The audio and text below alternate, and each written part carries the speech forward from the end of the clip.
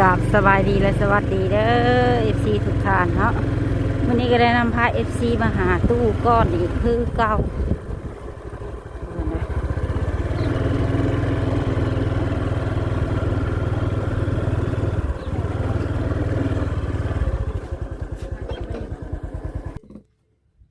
เจ้าอยู่กับไผวะหมอนั่นจะเคยโทรมาหาข่อยอยู่ก็อยู่คนเดียวเลยเจ้าเป็นยังบ่เอาลูกเอาหลานไปอยู่น้ำเอาลูกหลานกับเฮือนลูกเฮือนหลานลูกก็อยู่เฮือนลูกหลานก็อยู่เฮือนหลานว่าไปว่ามาเจ้าบ่ยันคนฆ่าบ่ข่อยเฮ็ดได้ไดทำผิดชนิดของได้ไดว่าสิมาฆ่าข่อยอยู่บ่อยู่ก็สิมาฆ่ากันก็บ่มีว่าติวะข่อยบ่ได้รักบ้านหลักเมืองกันว่าอยู่ผู้เดียวก็มีหยังก็กินมีหยังก็ใช้คนใช้ไผพึ่งข่อยบ่แม่นว่าน้อยๆคันว่าสิเว้าลูกเลี้ยงข่อยก็เป็น100บ่ได้เว้าใน30-40แล้วสิมีคนมาอิจฉาข่อยก็จำเป็นแล้วว่ะเห็นไหนอยู่บ่อยู่ก็สิมาฆ่าเอาหยังข่อยคำว่าสิคาดคำว่าสิคาดแบบนั้นแหละก็ยาแล้วเนาะบ่แม่นว่าอันนั้นเนาะข่อยก็อยู่ผู้เดียวข่อยนี่บ่แม่นว่าอยู่อันนั้นว่ะหมู่บ่พอมุกพอใจเลยก็ยิงตามแล้วข่อยก็บ่ได้ว่าใดๆดอกว่ะข่อยอยู่ในด้านนี่40 ปีแล้วตั้งแต่เมียผู้บ้านโนนม่วงน่ะอยู่นำข่อยนี่ย่านไปขี้หลักย่านเพิ่นเนาะก็สิมาย่านเอาแต่ปีเดียวนี่เมียหนีป่านี่เจ้าสิมาฆ่าก็มาแล้วว่ะมาหิมานี่เด้อว่ะขี่รถยังมาหิมาช่างเมียคักๆจักก่อนจะมาเด้อว่ะผมอยู่ผู้เดียวนี่ว่ะตายก็จะให้มันตายซะมีดเฉยหมอยยังดอกเดียวนี่บ่บ่ดอกนั้นมันยังเอาไฟฉายมันมาเนี่ยแล้วมันก็ได้ก่อฉายตัวนั้นมันเฉียบเอาตัวนั้นแต่ว่ามันระเบิดอยู่กับตัวชีวิตภัยในมื้อนั้นน่ะโอ้ไฟฟ้าช็อตมันช็อตเพราะว่าชายตัวนี้มันลงมันไปพุ่นน่ะมันบอนน่ะจ่อกันน่ะมันรถน้ำเขาระเบิดมันรถเชื่อมมันระเบิดรถบัดนี้มันชัดขึ้นมาที่พุ่นตึ้มเดี๋ยวมันไฟแดงหุ่งอยู่เจ้าเพื่อนนี่มันแบบมันเขาจอดอันนั้นนะตู้จอดเนาะตู้จอดนั่นว้าวเอาเลยบ่เจือดอยู่ในนี้งูปักตะกี้ถ่ายคลิปวันนี้ค่อยว่าอย่าแม่บ่มันบ่เป็นหยังหรอกผ้าเหลื่อมบ่เอาพาเรือมันมากกว่าแล้วก็ตึ้มรถบ่นี่ป๊อดข่อยจนว่าหูหนวกจนบ่ยินช้ำเขาแกงบางแตกมาใช่นี่นะเดี๋ยวบ่เงินกระดานในกระดานบ่เป็นหยังมันมาเอามันช็อตชีวิตภัยนี่สวิตมันเนาะจักว่าฟ้าผ่าเนาะมุ่นหมดบ่แม่นผ้ามันช็อตสายมันมัดกันอยู่ลุ่มมันมัดกันอยู่ลุ่มพุ่นบนไผ่บนต่อพุ่นก็จะมาดึงไผ่ตัวนั้นขึ้นมาแล้วมาต่อมานั่นเบิ่งตัวหนึ่งนั่นตัวอยู่ลุ่มนั่นพอเชียบปรับเนี่ยอันดอกไผ่ในเฮ็ดเตอ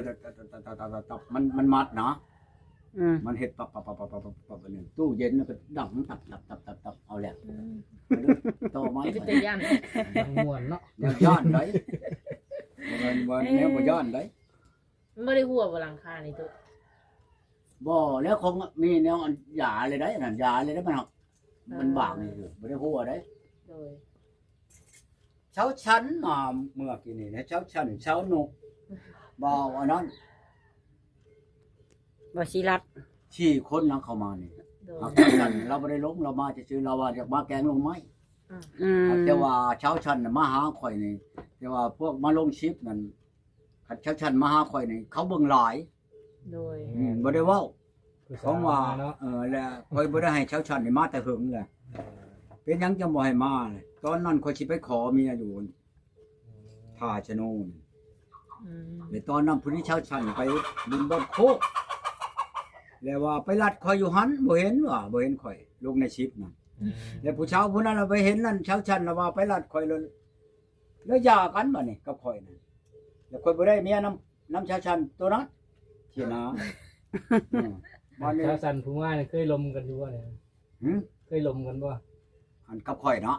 เอาก็เคยนั่นแล้วกับเรานั่นแต่ก่อนพุ่นบ่แม่นว่าเคยเว้าอันนั้นกันดอกเคยว่าจะเว้านี่แหละสมมุติว่า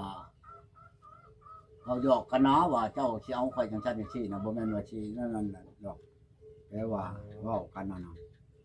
เว้ากันให้เขาลงชิป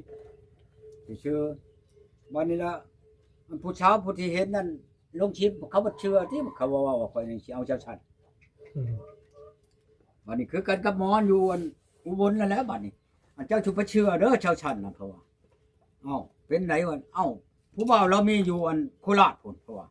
อืม อันชันนั่นว่านี่เขาสิขอกันไว้ในอันที่ก้นพรรษานี่ว่าหมออยู่อุบลนี่บอกข่อยนะว่าอันหมอนั่นแหละอันสิไปขออันชาวชันนั่นหมอว่าจะชื่อไก่ให้ชาวชันนั่นแหละว่าฉันหมอนั่นอยู่โคราชว่าว่านั่นแล้วมามันนี่ข่อยก็โทษใช่หมออันผู้เว้านั่นเอ้าค่อยบ่จักโอ้ยบ่จักก็อย่าเจ้าดอกเขาว่าเจ้าหมอนั่นสิมาขอเจ้า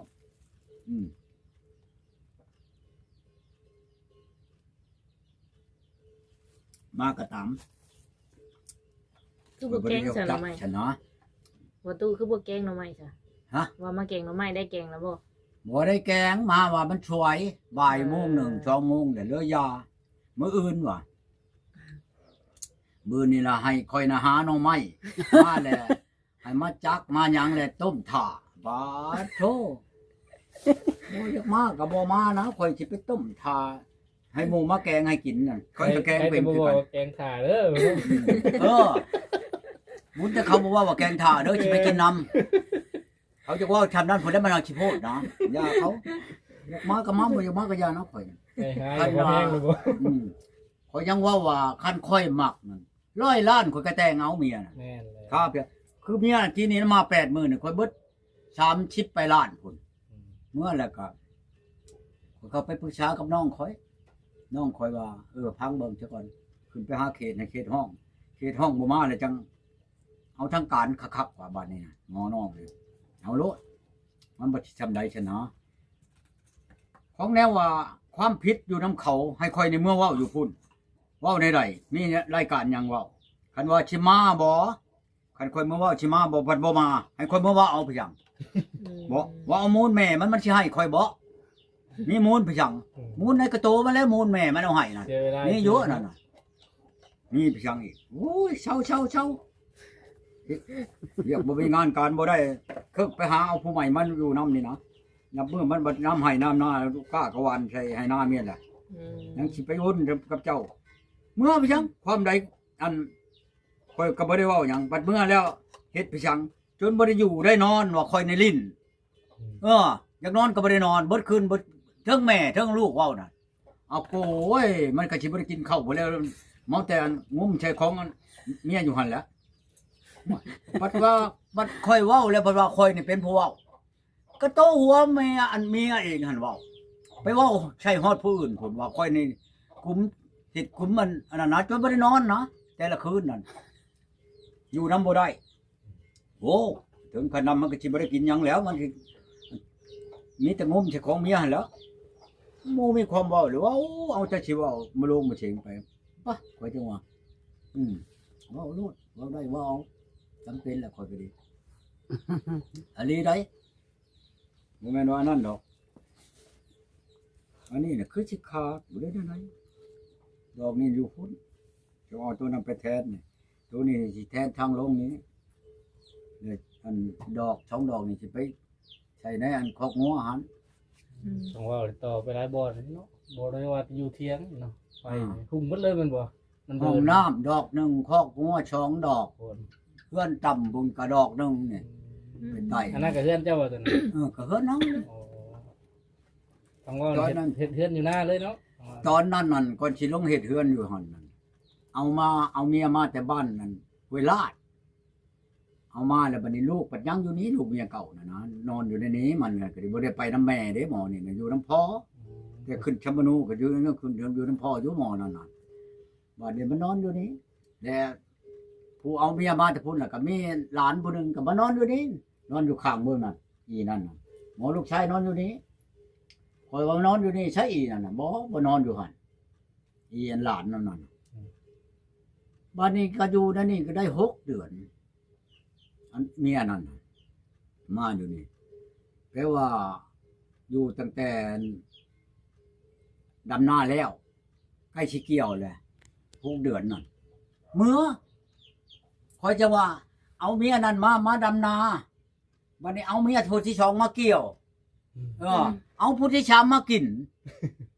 ชามคนนั่นเฮ็ดคนละอย่าง มันเข้าปีเดียวนั่นน่ะ ฮะ เข้าปีเดียวเนาะ เขาพี่เดียวน่ะ ชามคนนี่ สิว่าได้ฉันคอยกระจนคาอันนี้คือกันแล้วนี่ใกล้สิดำนาแล้ว ก็เว้ากันกับอ้ายกับน้องกันบ้านเมืองว่าสิผูกแขนนี่เมื่อแหละผู้อันก้อนนั่นก็ไปชื่ออันมักพริกชื่อผู้ยังที่มาผูกแขนเมื่อแหละบ้านนี้สิบ่ผูกขัวมันแขนบ้านนี้ไผบ้าก็มาไผเอาก็เอาบ่เอาแล้วก็ยาวไล่เพียงบ่ผูกแขนนี่กันสิจ่าสิผูกแขนเมียเมื่อโลด เอาแบบเงียบๆเนาะ เอาแบบเงียบๆโลด เห็นบ่อนชุมมันชาวนุกชาวนั่นน่ะคือจังมันในแวนมันโลดเจ้ามีแต่ขี้ตุ่มบ่ขี้ตุ่มได้เมียเมื่อกี้นี่นั่นข่อยจะขับก็บ่ได้อยากขับ ให้ขับข่อยก็ดีขับรถน่ะขับน้องบ่รู้ว่าพร้อมไว้มันนั่นเอ้ามึงตายก็ผู้ตายคือกันแหละว่ะคือว่านี่แหละข่อยก็ดีไปโลดมันสิขับเก่งบ่ได้เร็วจังได๋ไปอยากเข้าทั้งอันนี้ก็บ่เขาจะไปพูดไปบ้านผัวเก่าพุ่นไปพุ่นไปกับเนาะของมันอยู่นานจักเท่าไรปีได้ลูก2 คนแหละมันก็หลายปีเท่าแล้วลูก2ไปเราความเราเถิงจังนั้นบ่แปลแล้วเป็นบ่ไปฮอดทุ่งนาบ่นี่ทุ่งนาก็หมอนั่นก็ย่างขึ้นมาก็เราจักว่าหยังแล้วมันรถตีแล้วขาขึ้นมันบุ้มแล้วบ่นี่บุญแต่มันบ่เจ็บคันแม่นมีรถใหญ่มาหลังบ่เรียบร้อยมื้อนั้นแม่นว่าแล่นไว้ตายแล้วนะฮะรถข่อยก็ดีว้าวเพียงจะว้าวเพียงหมู่ผัวข่อยหิไปข่อยว่าข่อยดึงแขนออกไปหิไปให้มันเชิงหีเจ้านั่นน่ะเฮาก็เว้านี่เว้าขออนุญาตนำเจ้าว่าไปทั่วทีปเนาะ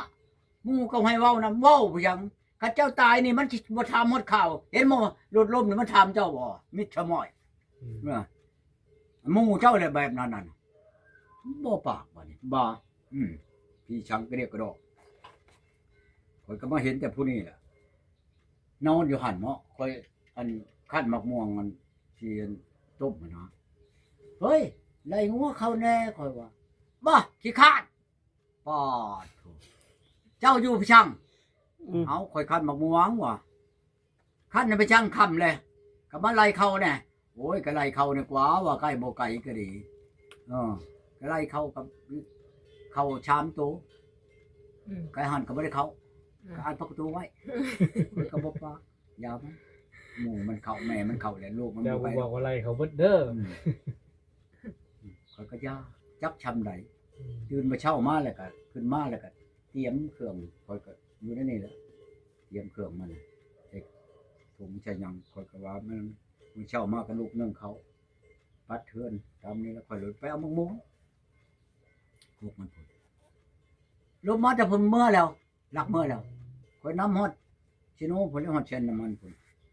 ว่าโทษแทนน้องเพิ่นนั้นหมอนั้นบ่ได้เปิดโทรศัพท์มันตกกลับขึ้นมาถามน้องว่าเพิ่นไปบอกน้องบ่ได้บอกว่าน้องเช้านี่ก็เมื่อหาน้องชายหลักเมื่อเนาะหลักเมื่อ